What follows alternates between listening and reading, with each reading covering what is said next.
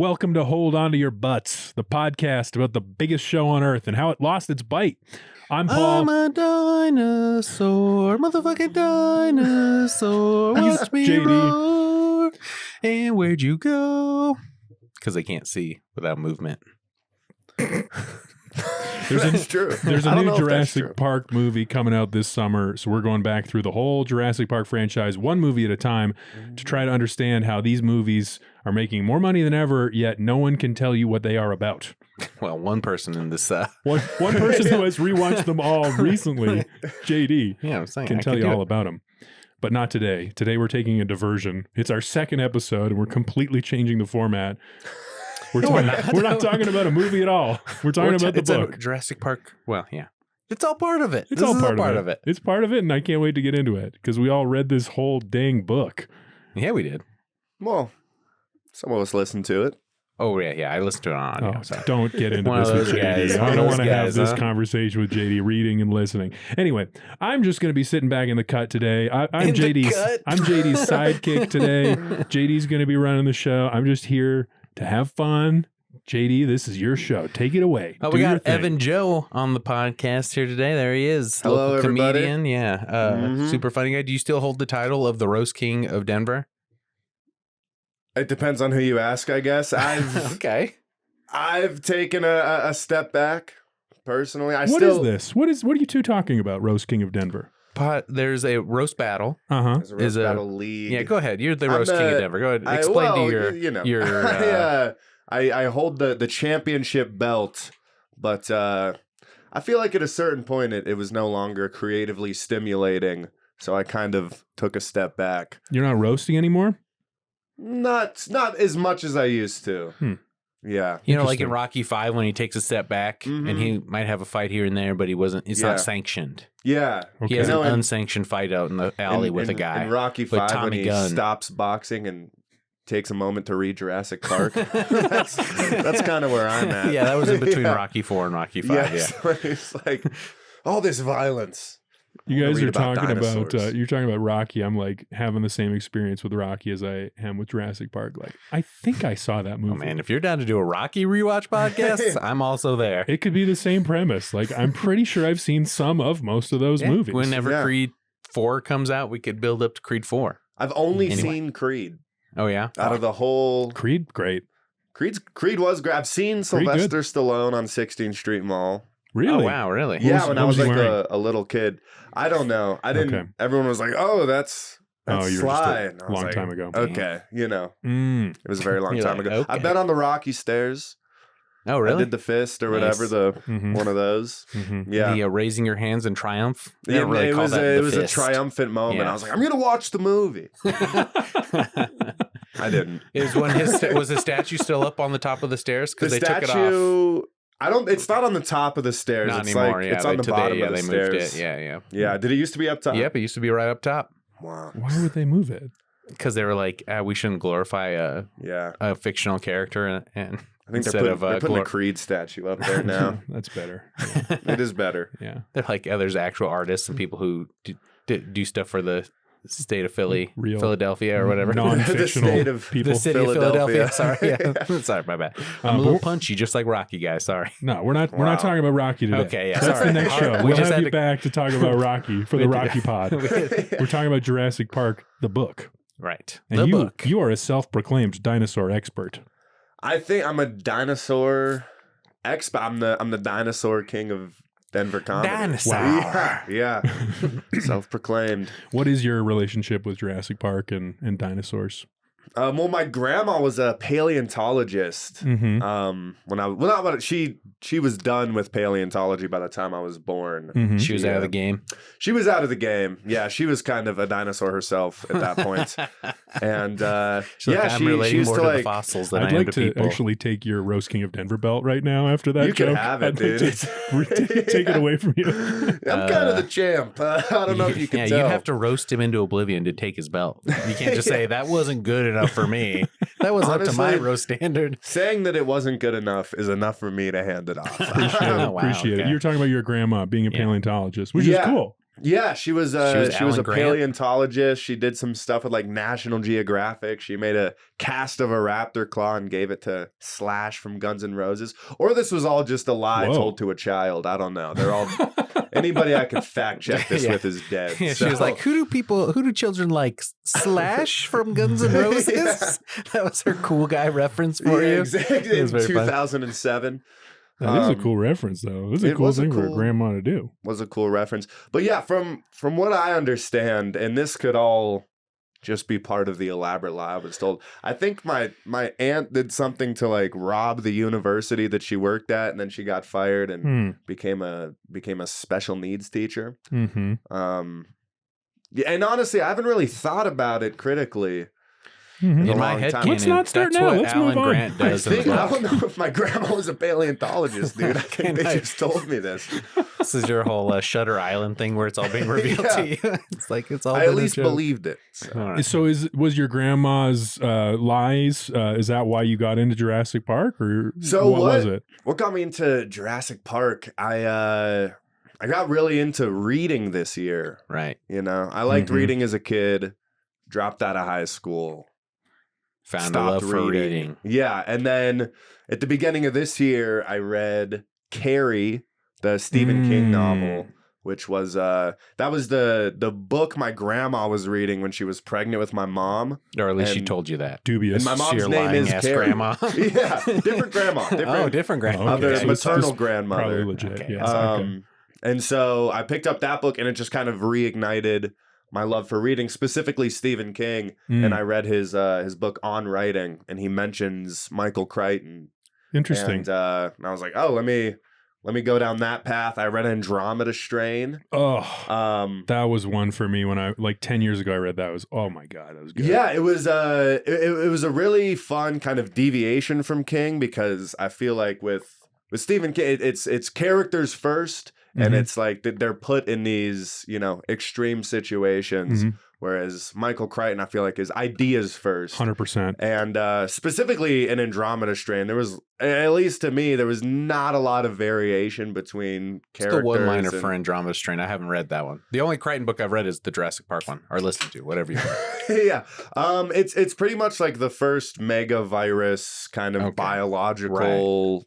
And you were comparing it to The Stand when we were talking a couple of days ago. Yeah, right? So I haven't read The Stand yet, but virus takes over. Right, I purchased The Stand, and I was ready to read it, and then I heard that Andromeda Strain was kind of the, inspiration for The Stand, and then... But that's typical Crichton. That's like, biology, medicine, yeah, these sort of near-future-y sci-fi, big ideas exactly. books, and flimsy-ass characters. It read...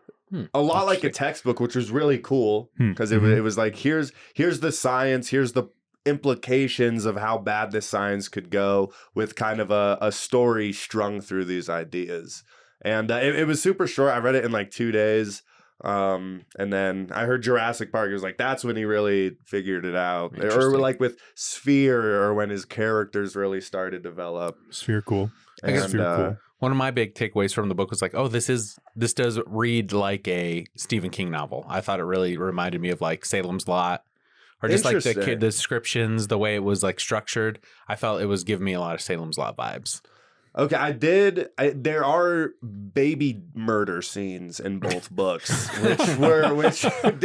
which was my favorite scene in Salem's Lot. Yeah, that one was intense. Yeah, probably my favorite scene of any book ever. Wow. Okay. Yeah, when she's like feeding the dead baby pudding. Like, okay, you're okay. There's a bone sticking out of his arm. I don't know if you're ready for this. No spoilers. No, I haven't. It's fine. It's cool. But yeah, she tries to make the baby smile, and all the pudding falls out. All right. Anyway, Jurassic Park. Let's talk about the baby kill in Jurassic Park. Go ahead. So this is how you got to the Jurassic Park book. Yes. And then I picked up the Jurassic Park book, and it really kind of blew my mind. I don't think it read very much like King, personally. I have to agree with this take. Well, yeah, I think I've listened to more King than you guys. So. Well, I've actually read the no, I've only read maybe 5 or 6 King books. Gotcha. But had you seen the Jurassic Park movie? So I've seen it as a kid. I loved it as a kid. I rented it after finishing the book, and fell asleep within 2 minutes. Oh shit! Not because it was boring. I was just very tired. And Unrelated. And then the rental expired, and so I didn't rent it again. Saw those first 2 minutes, which are totally different from the book, which is not a scene that's in the book. Very much so. Well, okay, because I did see the opening scene. Kind of break down the opening scene for the movie? Of the movie. It's the raptor kill. It's the first rap. There's something in a cage. Yeah, and there's a bunch of dudes who are like, oh, and it's raining. There is the scene in the book Spanish where ay Dios mío. There is the scene in the book where some of the construction crew gets killed by a raptor. That's true. And that is like there's like two prologue scenes, one or kind of three. One with the little girl. Yeah, this is. Oh, here we go. All right, JD has pulled it up for us. Yeah, this is great. Yeah, if you want. So we're now seeing some dudes, and they're like, "Oh," exactly like I said. They're not talking. Okay, yes, I remember drifting off right at this. Wow, this is where you drifted off. Moment, I fell asleep Robert immediately, Muldoon, dude. there he is, the man. Wow.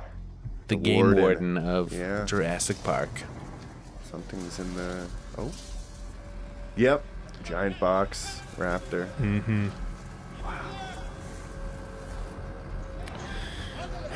Yeah. This is... yeah. Should I get to the death? Get to the death. Yeah. So they're seeing something in there.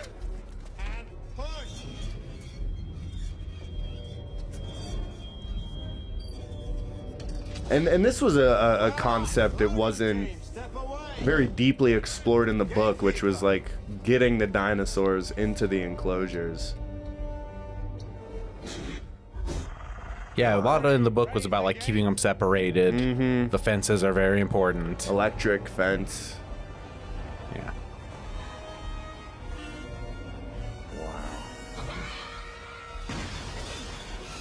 That's one very strong Costa Rican. He was pulling up that whole thing. Yeah. By himself. So strong and then so immediately weak. Brutal.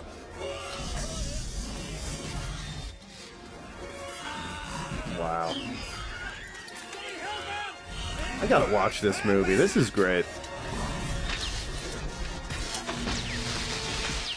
Mm-hmm. Do you think that's the raptor that kills him at the end? The same raptor? No spoilers. Well, we've already talked about it. Yeah.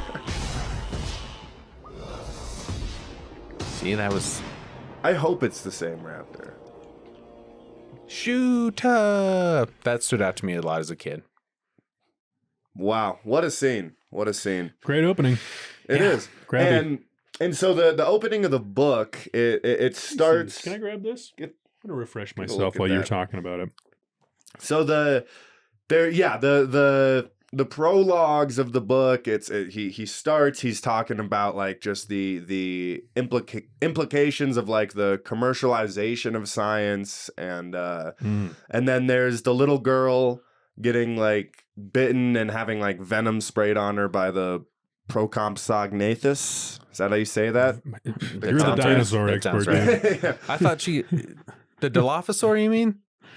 Is it? No, It's the little guy. The thing. It's the little one. It's the little one. Yeah, on the the copy. beach. The copy. The copies, but they also have a like lesser a venom that like venomous alkaloids in their spit, and they're kind of like biting her. And then there's like the brutal raptor murder of one of the construction workers. Right. Yeah. And then he's the one who gets helicoptered to the lady who's in Costa Rica. She's a doctor. And then that was my favorite prologue scene where they come and like eat the babies out of the infirmary. Oh God. No, they're eating babies in the village. Yes. Not in the infirmary. Well, there's like a hospital in Costa Rica that is it the one they take the little girl to? I'm murky on some of the details. They bring the guy. The little girl comes. Okay, I'm thinking there's also different. Sorry, guys. Because the guy there's a guy who comes to the hospital and the little girl comes to the hospital. That's true. Because he finds like the partially eaten. There's the howler monkey that's like eating one of the compies. Yeah, and they're like sending this corpse around to try to identify what kind of basilisk lizard it might be. And there's an increase in lizard bites reported on this coastal area of Costa Rica. Infant deaths. Infant deaths. And one thing that's in the book that's not in the audiobook is like this graph of like infant mortality rates. Yeah. This is an interesting point. When I was telling him I was listening to the book, he was like, what do they do with all these graphs? Because apparently in the book there's a lot of graphs. Right. And just DNA like, sequencing. And computer monitor images. Yeah. They leave all that out. They just. I don't think you're missing anything. I skipped over those things. I was gonna say, I got that infant mortality was up without seeing a graph. So I thought they were a very nice touch. Sure, yeah, it adds to the experience if you're reading it. Yeah, I definitely don't think there's anything. And there's like. There's something very interesting where they're kind of showing. It's like a graph of like the heights of a certain dinosaur, and Ian Malcolm's like this graph does not look like what it should look like if these dinosaurs aren't breeding. This represents with the like spikes a breeding populace, right? Because steady incline versus the spikes, right? Gotcha. Exactly. Yeah, and so just to kind of visualize that was it was good. That was incredibly smart. Yeah. That's the kind of like really like legitimate insight into statistics that someone like Michael Crichton with his training as I think he was a medical doctor can bring. Yeah. Like he's really got that like substance to his work, his sci-fi work. That I love that actually. I had forgotten about that graph, but like the way that like I guess I don't know if I think that the Dr. Wu would have made that mistake though. You know, assuming that the bell curve would be reflective of the stock of dinosaurs they had. But it was cool when Malcolm was able to be like, no, it should be this. That's how I knew that this was doomed to fail, which is something in the movie gets tossed away like immediately. Completely. Like, he's just a doubter, like in the movie, like generally a doubter in the prospect of the park. And you don't understand why he would think that. But in the book, there's like that point, and then there's a couple more points where he's like actually got specific reasons why he doubts the whole project. Yes. And I love the way that it deepened my experience of his character. His character specifically just popped off the page in the book. Yeah, absolutely. And I do think his character was also pretty annoying. Like him and the little girl were just some of the most annoying characters in the whole thing. But I mean, I love Ian Malcolm's character, and he was so smart, but he was just like the classic example of someone who's like, you guys are idiots and this is all a problem, but I have no solutions. Just like, he's guys the well, actually. Yeah. Of the crew. He's somebody, I forget which character just goes to him and was like, you supercilious bastard. And I had to look up the word supercilious. Go ahead. Would you mind pulling it up? I don't. No, it's let's get a definition. And it perfectly.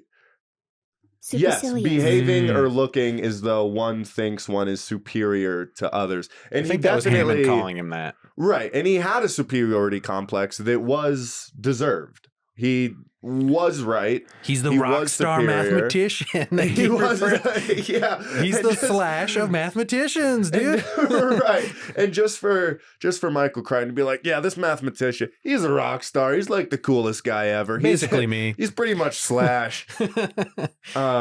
Yeah, and Michael Crichton, they're saying Stephen King always kind of writes himself in his books as like a writer character. Yeah. They're saying Michael Crichton is the Ian Malcolm character in this book. Totally, and you could totally see that. And to the point you made earlier of like Dr. Wu, you think he wouldn't have recognized that mistake. I think it just goes to show how many omissions everybody was making, looking at what they wanted to see without even considering, hey, this is like way beyond the scope, not only of what we're like capable of, but what we should even be doing. So it's like, yeah, they put in the thing. It's like, yep, the right amount of dinosaurs are here. Yep, the graph looks like how a graph is supposed to look. And they didn't, it took Ian Malcolm to say, all right, we made a graph. We didn't look at it, but there's data. There's points, there's lines, there's an x-axis, there's a y. If I were to think from Crichton's perspective, I would think like that's an example of like the hubris. When science is done for money, you introduce different biases than when you're doing it in a research setting. So you end up with this kind of like, overlooking. And he even says it in the beginning of like people stopped sharing scientific breakthroughs with each other in order to like monetize these discoveries. And I think that was just one of the examples of that. He got results he was looking to see, didn't think super critically about it because it's like, oh, we're geniuses, we're doing this groundbreaking work, we're gonna be billionaires. And so why go looking for problems? I'd like to bring in some new information. And again, JD, I'm just your sidekick today. I'm sitting back in the cut. But I've found some interesting information here on the Jurassic Park novel Wikipedia page about how Michael Crichton developed the idea. Apparently, and again, this is Wikipedia, it started in the early 80s when he had the idea that, this new genetic research the implications of this could be recreating extinct animals. And like, what if a dinosaur could be real again? So like that was the first core of the idea, but he put it aside because he thought dinosaurs were too popular. But then in the late 80s is when he had this element of capitalism added onto it. Yeah. That's when he apparently revived the idea and thought, well, what would be the reason why anyone would create a dinosaur? It would be a desire to entertain, is the quote. Yeah. And that's when the amusement park element came into it. Yeah. Which is super interesting because that's like, that is the hook, Yeah, like the totally. circus element. That's like John Hammond's whole character, right? Who, from what I remember of the movie, was just kind of like this cheery, happy guy that just wanted kids to see dinosaurs, which was kind of one-dimensional. I really liked his characterization in the book. Of just money driven, greedy. Greedy, old man, super greedy, and not even in like a mustache twirling evil kind of way. But just like, we're gonna get rich. Yeah, I love his backstory where he was bringing around the miniature elephant to that was such a good detail. The miniature elephant that happened to also be really shitty and it was not a good animal. Like, I forget. And it kept getting sick and was and like, they had like he's like, you need to make me another one, dude. I can't sell these people anything if I don't have this elephant.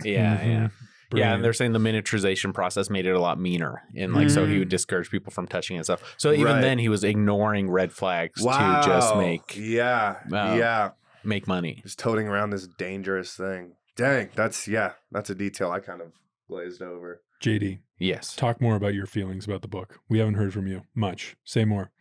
I mean, again, I thought it was a good adventure. I mean, again, it reminded me a lot of Stephen King, which I go for as like a fun romp in a book. I mean, the Ian Malcolm character, I mean, he was just so jerking off about chaos theory. He was like, chaos theory. Oh my God, I'm about to blow my load all over it. So it's like every time he had a refractory period and then he was able to blow another load on everybody. Every monologue he made was just another ejaculation of how chaos theory explained everything. He's like, I predicted it. It was the Malcolm effect. And which I love that characterization too. And despite how like truly like annoying and pretentious I found that character, still they didn't write him as just like, oh, this perfect savior figure that's like just right about everything. Like, he is right about everything, but much like people who are right about everything, he's a dick about it. Right. Rightfully so, but still. Yeah. Still kind of. And then I like how they made Alan Grant. Well, in the book versus the movie, Alan Grant doesn't like kids in the movie. Yeah. Alan Grant's more of the main character in the movie, and Malcolm's more of the side character, which I think was a smarter. I mean, I don't know. I saw the movie first, so I liked that better. Right. It was a little more Ian Malcolm being more in the front and being unlikable in that way was a little jarring, and then the whole part at the end where they like. Oh, one of the things I wanted to talk about, because in the book or in the movie, when they get to the Triceratops and it's sick and you don't know why. They just kind of leave that mystery there. You know, that's when she puts her hand in the shit to like dig through it to look for these berries or whatever might be making them sick. In the book, they solve that mystery. It's like they're eating stones to get like gallstones that crush all the in the plant 6 matter week that cycle. they're so satisfying. Yeah. That's the Crichton touch of like, give me the science, make it feel good. To me. Like, help me, make me feel smart. Right. Yeah. That's a good way to put it. Yeah. And I love too that was like a very avian thing of the eating the rocks and everything to show that they are like birds, more like birds. Yeah. So the gallstones, they would eat all these stones that would help them digest the plant matter, and then they shit them out. But when they were eating more gallstones, they were eating these berries that were making them sick. Right. Because they never got to in the movie. Like every 6 weeks, the stones would start to dull in their stomachs, and they would need to pass them and like eat more stones. Yeah, crazy. So. Yeah. I feel like this is another great opportunity for a quote from the Jurassic Park the novel Wikipedia page about the Ian Malcolm character and the chaos theory element that we're talking about. Yes. Apparently, Crichton wrote the novel based on this amusement park with dinos, and it just straight up did not work. That was his first effort. Didn't work at all. He had a lot of people read it, give opinions. People hated it, according to Wikipedia, but no one could explain why. So what he did is he realized, one, it shouldn't be from the children's point of view. It should be from an adult's point of view.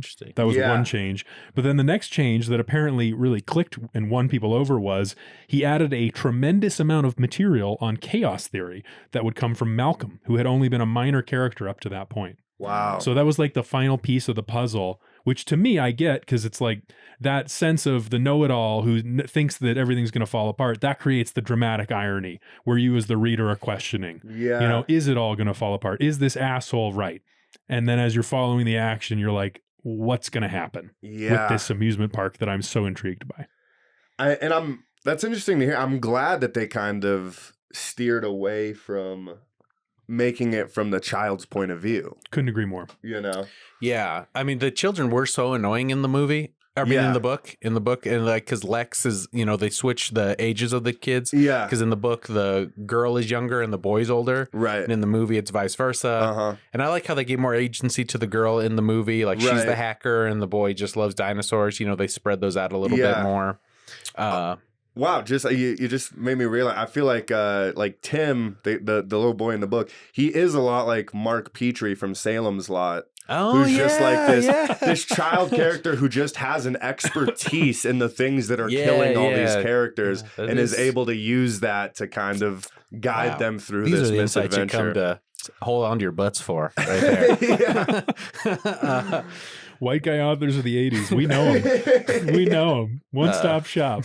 But Tim, I really liked his character. The little girl was so annoying. Yeah, she was very annoying in the book, but in a very realistic way. Like at 3 different occasions, it was like directly from her actions that the T-Rex like starts to like chase them. It's like all you had to do is just stay still. She's like, I want ice cream. Yeah, she's like, I want ice cream. I want the night goggles, Timmy. And one of the big scenes I wish they would have had in the book is the river scene where they get into the raft and then the T-Rex is chasing them in the water. I think that's a big scene from the book. I wish would have been in the movie, but you can't have everything. Right. Yeah. And that scene like really evoked in my mind was the scene from Temple of Doom. When they're in the raft with Short Round. Yeah, that's very funny. That's probably why Spielberg latched onto it so much. He could probably see a lot of his own things and how he could translate that to. Well, maybe that's why he avoided that scene, because he was too similar to what he had done before. Interesting. Very interesting. Because that was something in the book when he was having conversations with Crichton early on. He was like, and they were adapting the book into a script. They were like, I just want my 5 favorite scenes. I want a script based on my 5 favorite scenes from the book. And it was like the T-Rex attack on the tour. Yeah. It was like the Raptors in the visitors center. And then, some of the other ones I don't remember right now. And the way they killed the Raptors in the visitor center in the book was way more elaborate. Yeah. Him injecting the eggs with poison. Right. And rolling feeding them out. them to them and setting the trail of stakes and everything. I don't remember the movie super clearly. 'Cause from my memory, the T-Rex, that was like the climax of the movie. Right. And so I was shocked when I was reading the book, and I was like less than halfway into it, and the T-Rex has escaped, and the adventure starts, like, you know, Nedry goes out, Newman, he like it started so much quicker than I thought it would. I thought it was going to be a more King-esque slow sizzle. The movie got into it quicker, is what you're saying? The book got into the it book, right away. Like, it was nonstop action from the beginning, which I was pleasantly surprised by. I have to say, my impression was a little bit different. I enjoyed, my favorite part of the book was the fact that at least the beginning, those few scenes where it was the mystery of the data around these infant mortality and the what's lizard Hammond doing on the island. I really loved that. And then the messages going from the universities, and then the Alan Grant just gets like I forget what he gets, like a fax or something. With a fax of the X-ray. Just the half lizard. And it's like, what is this? What is happening? Like, I was so hooked by that. But I do think it didn't last as long as like a King novel would have been. Like the first half of the book would have been more set up. Right. Like for example, Salem's Lot, they don't even mention the word vampire until page like 400. Right. You know, but this, it was just... Yeah, I like that it got into it. It also reminded me more like, you know, like those Jack Ryan books. Have you read any of those, like The Terminalist or anything like that? It's like a spy. Tom Clancy? Yeah, Tom Clancy type novel. It's like white guy action. writer of the 80s. Yeah, I know, dude. That's what we're changing the name to. White guys of the 80s. White guys of the 80s. Weren't they great? I was so intrigued by like, wow, this thing that to me, I expected to be like the climax of the whole story is happening less than halfway in. What are these next 200 pages? What do I have in store? And it was so... A lot of action all the way up to the end. 100%, yeah. Yeah, I mean, the end happens very quickly. Like, they go into the raptor nest, and then the raptors just run out, and then they find them on the beach. Yeah. You know, and the helicopters come and get them. But it's also very satisfying action, you know, because he sets everything up so purposefully. And it's not just things happening for no reason. The fact that he's able to incorporate the science into it and just the setups and the payoffs are so beautifully done. Yeah, I just wanted to start. My hold on to your butt moment was the rafting scene. We do this every episode. Yeah, if you have a hold on to your butt moment. Yeah, if you have one. Yeah, probably when the babies were getting eaten, like very early on. I'm a sucker for a baby eating. Yeah, gotcha. So, all right, Paul. That's a good one. What's my hold on you? I like the pterodactyl thing. That sequence, the aviary, sort of like the dive bombing pterodactyls was like, ooh, they're just which like they don't bring into like the third movie. Yeah, well, pterodactyls as I guess really when the Dilophosaur, is that how you would say that word? The one that spits out the Dilophosaurus. when he blinds. No, I only see him as Newman. I know it's Nedry. 100% same. Yeah. When he blinds Newman, and then he can't see, and he's just like he's starting to feel these pains, and he's like, "Oh, are these my intestines I'm holding on to?" Like that was probably very intense. And then he's like, "Oh, it's got its head in my mouth. My head in its mouth." Yeah. And then it's like in his head, it's like, oh, at the beginning of the scene, all he cares about is making this $1.5 million, and by the end of the scene, all he wants is for it to be over, is for death to claim him as quickly as possible. And so it's a great fucking scene. I mean, it's good in the movie too. I feel like the T-Rex attack on the tour in the book suffered a little bit in comparison to the movie, because in the movie that is such an iconic scene when the T-Rex escapes and then it chomps the guy in the bathroom. Like the book, it doesn't have that bathroom flares kill. And that just to speak to the power of that scene, that's something that I can see that scene clear as day, having not seen the full movie through it recently. in over 10 years. I mean, that was one of the big scenes. Spielberg brought a lot to this concept. The visual, the excitement, the tension. One thing I heard is that there was a bidding war between Steven Spielberg and James Cameron to get the rights. Tim Burton was also in that mix. To the movie. Oh yeah, Tim Burton, Jurassic Park. Crazy. They went the other way. Wow. Johnny Depp playing a velociraptor. No, Johnny Depp would have definitely played Ian Malcolm, you think? For sure. in a Tim Burton movie. Cameron would have done a good job too. Cameron I bet it would have been similar. James Cameron wanted to make it like a hard R horror movie. Yeah, it would have been like Aliens, but with dinosaurs. Yeah, which I would have really loved to have seen, because another thing I was very pleasantly surprised by in the book was just how horrific some of the scenes got. Just how like absolutely relentlessly violent these, because they're raptors, you know, they're dinosaurs. They're I like the fact that animals. the raptors were like really fucking with them at the end when Timmy's trying to get the power back on, and like the raptors are coming down in the window, and then they get stuck in like the electric fence and they all get like cooked like right at the last moment, you know, to save them. That was a very like tense scene. I like that a lot. Which was kind of undercut by his sister being like, "Come on, Timmy, I want ice cream." Sorry, they just made the little girl a little insufferable. And I like that they gave the Laura Dern character, his partner, Ellie Sattler. They gave her more agency in the movie. She's the one who gets the power back going, and and in the book they just kind of talk about how hot she is. Yeah, which is... And they're not together in the book. There's a student-teacher relationship. Right. There's a big age gap. Because she's like 24. And she's got a fiance. Right. In the book. And Alan Grant has a dead wife. Oh, I didn't remember. It's literally like one sentence, like, are you guys to get there? I think they're in the Raft. And some of my favorite moments from the book were just Tim and Alan talking to each other, like while they're just walking through the park or whatever. And it's a very offhand remark, because Tim is like, "Are you guys gonna get married or whatever?" He's like, "No, she's my student. My wife's dead." Oh, I don't recall the wife. I remember him saying his student. It's literally like crazy. One quick line, and I was like, "Excuse me, sorry. What the hell happened to his wife?" Right? Yeah.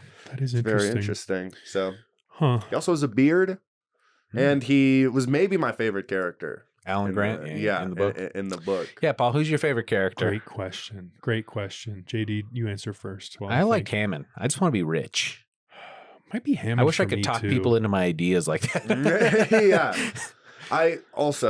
Hammond's such a satisfying death. Yeah, at the end. The fact that the compies are the ones that get him. And just the way to really, for lack of a better term, bookend it with compies, right? And the fact that they're like, they're scavengers, they eat babies, they eat dead things, they're not these vicious raptors or tyrannosaurs that you have to fight against, and just to characterize him as just this weak old man who when he really has to face the music can meet his demise by a scavenger the size of a chicken. The thing they invented to eat the shit of other dinosaurs. Yeah, exactly. So for him to face the music in that fashion was, and being in his head was really brilliant. Crazy. How they talked about how when they bit you, like the venom like made you more relaxed and docile. So like after each bite, he just like felt less and less pain and cared less and less. Yeah. Wow.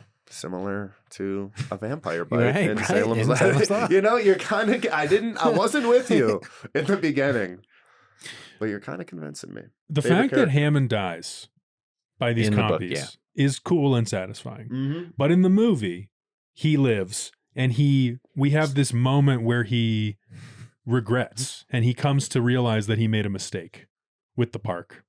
Do we have a similar arc in the book? Do we have a similar, like, you know, the story of Jurassic Park reaches its natural conclusion? I don't think anybody regrets doing it. They all just either die or they're like, they are the only survivors of the people that got brought to the island from it at that point, and they're just trying to survive. And I think his regret is his ultimate comeuppance. There is like the one lawyer guy who's like the representative for the shareholders. He's the only person who is like involved in the park from the beginning that lives. Gennaro. Gennaro, yes. Gennaro. Gennaro's my favorite character. The lawyer, auditor, the insurance. But it was a very almost Seinfeldian character study where the people just are those people, and they don't change, and they don't learn a lesson, and they will face the consequences of their actions, but they never have a moment of like, maybe this was a bad idea. He's just sitting there like, you know, probably just plotting the next way he can, because that's definitely what Hammond was doing. He was like, the next park will be better. I have Jurassic Park embryos. Europe, Jurassic Park Japan. Yeah, he mentioned he was the planning in the book. Yeah, he mentioned the Azores being. Did you like that? I did. I loved it. Of course, because my family's from the Azores. You sick fuck. Of course, you liked it. And they were saying that was going to be the Jurassic Park of Europe. Yeah, Like, yeah. So I like that better. Granted, Alan. Granted, I've not seen the movie recently. Where's that roast belt? Yeah, give me that belt, dude. I'm on one. I can't be stopped. He can't, dude. For real. I'm the Hammond of the Denver comedy. Yeah.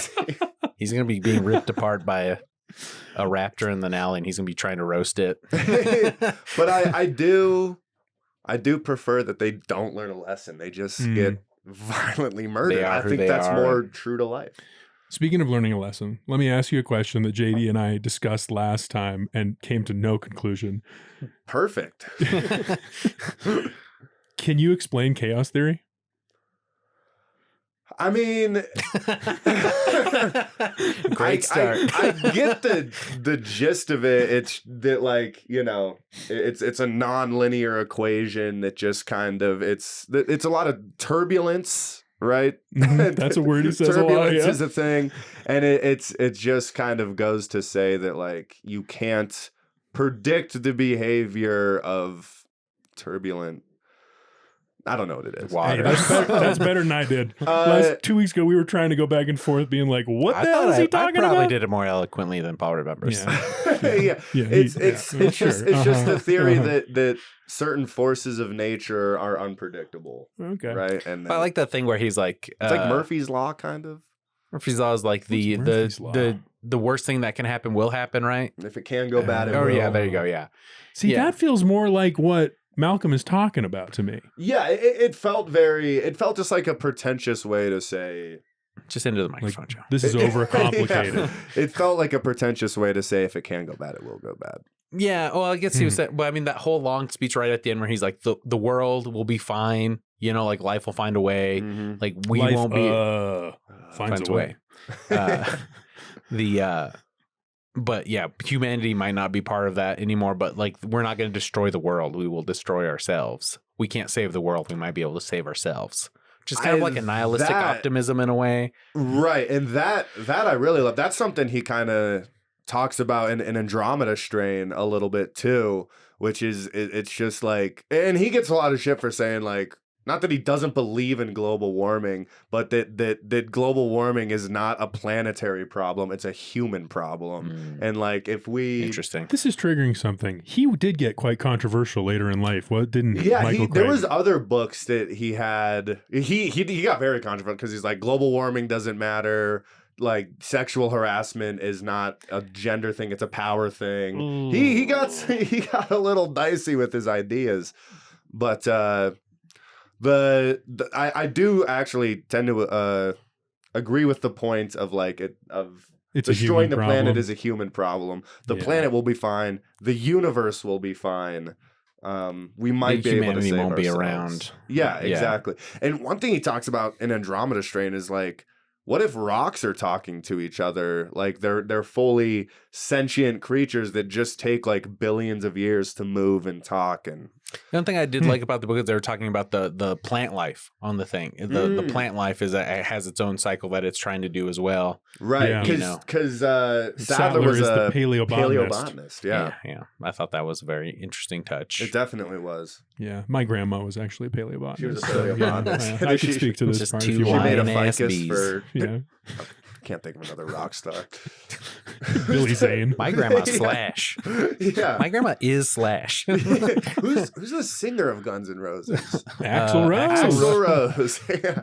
Also problematic Jeffrey later Gunn. in life. Yeah. Sadly. Probably early on in life as well. Mm-hmm. Probably. Interesting. White guys of the 80s. White guys of the 80s. Let's switch to the name of this podcast. White guys of the 80s. Here's another question we've been talking about. I think we should talk about it every time. Would you want to go to Jurassic Park? Evan? Have you been to Waterworld? Yeah. You know the Journey to the Center of the Earth ride they have, which is a raft ride, unforgettable, where you see a bunch of dinosaurs. Damn, that's kind of a Jurassic Park ripoff, isn't it? It kind of is, yeah. Well, it is. I mean, does that happen? Can you own a ride? In the Jules Verne novel, Journey to the Center of the Earth. I think it is a bunch. Maybe it's more of a. Anyway, yes. I mean, like, from the comfort and safety of you this didn't room, know all this stuff had happened. They're like, Jurassic Park is open. There's friggin' Do you want to go? there. Yeah. Are you gonna go? I like the zoo. I like okay. the Journey to the Center of the Earth ride, but even that ride is kind of terrifying. So no one's died. I would want to go. Sure. I don't know. Would you? Yeah. You win a lottery. Something happens. They're like, you win a trip to Jurassic Park. There's a Jurassic Park now, and you get to be the first guy. I'd go, because even if you get killed by a dinosaur, that's kind of cool. That's pretty a cool way to go. It is pretty cool. I forget what I said last time, but I think today I would go. Carried off into the sunset. Favorite dinosaur? Claws of a pterodactyl. I like the Procompsognathus. Compies. The compies. Those are my favorite dinosaurs in the book, at least. Interesting, yeah. They're way bigger in the book than, well, I mean, the movies, they play a big role too, but. Well, it's also just, in the movie, it's just Compsognathus. It's not the those are like two very different. I watched a video about how they changed the dinos. Changed the dino. They took the pro off, and apparently they had to keep having arguments with Spielberg to be like, because he kept trying to make things that weren't real. Like the Dilophosaurus isn't like the thing that spits venom isn't a real dinosaur. Oh, that's like so as much leeway as they gave him. This property, Jurassic Park, that has informed so many millions of people's ideas of what dinosaurs are, is just like Spielberg's dream of what's the most entertaining thing to pretty be much, a movie. Yeah. Well, one thing I learned too. So the only actual fossil of a pro-compy is just like, it's not a good one, and it's kind of just the back half of the animal. Very similar to the very similar to the X-ray that Alan Grant gets. So interesting. I'm wondering if that was kind of part of his inspiration as well. But as far as the book goes, I was really, really fascinated by the idea of those specific dinosaurs. So very cool. Very cool. Yeah. Dinosaurs are cool. They're now theorizing that dinosaurs might have been covered in feathers. Have you heard about this? I have. Yeah. I've seen like cuts where they like do the dinosaurs in Jurassic Park with feathers on them. Oh, really? Yeah. Well, they say that feathers are just like an advanced form of scale. And if you look at like a chicken's foot, it looks exactly like a raptor's foot. It does. So it does. Dinos. Wow. Interesting things. Very. Can we get enough? Never. We'll see next time. Hold on to your butts. Will we have had enough of these movies and books? Well, yeah, well, I appreciate you coming on and talking to us about it, Evan. It was cool that it's just like, it's just such in the zeitgeist right now. Like, we just met randomly at an open mic in Denver. You were like, I'm reading the book, and I'm like, I'm doing this podcast, and we got you on. So it's, is there anything we missed, or were there big moments from the book that kind of stuck with you guys? Did you have a favorite scene? I liked the river raft. The river raft. Going with the whole book. But can we talk about it into the microphone? Yeah, I don't know. I think how they're like, it swims like a crocodile. Oh, one thing that I did want to point out, there is the mosquito. Okay. On the spine of the book. The book itself never actually mentions a mosquito by name. They only mention flies, gnats, and blood-sucking insects. Yeah, blood-sucking insects. Do you want to repeat the thing you said earlier about that? That was pretty funny off mic earlier. You could go ahead if you want. Yeah, it talks about blood-sucking insects. But enough about Hammond. And I feel like that's where we end it. The Roast King of Denver, everybody. Evan Joe. Wow. You don't want to get on his bad side, Paul. I mean, I'm trying to be your friend right now. What am I doing? Stop doing this. Antagonizing the Roast King. I don't need that. You don't want him to start calling in a CityCast. All right. I will. No, I don't. Yeah. Well, I probably like it. And if everyone could please stop referring to me as that, I would greatly appreciate it. As the Roast King? Yeah, dude. Like, you did talk about moving it away from it. Is a kingmaker. Yeah. Okay, I'm sorry. It is. Well, dude, I'll have people like introducing me at shows like, if you're in the front row, you better watch out. And it's like, I'm trying. Oh yeah, I can see how that would not be fun. Yeah. If I'm going to a comedy show, I'm not sitting in the front row for that reason. Last comedy show they came to, they asked specifically not to sit in the front row. Yeah. I just don't. That's like a separate thing. When it's just a stand-up show, I want to do my stand-up, which is not. That's what I like about a roast battle. That's what I like about you as well, because I feel like you're. This is a little separate, just about stand-up comedy, but that you're into the art of stand-up comedy, not just the roast. And I think a lot of kids just want to roast, and they're not actually making bits or trying to work on an act. It was just like when I started, I was just like. Anyway, we're transitioning to left hand. Anyway, all right. Let's do you want to plug your shit? Where can people hear more of your stuff? Plug your shit. I guess just follow me on Instagram. I'm doing shows like every weekend, most of the weekdays as well. All Fours coming back soon.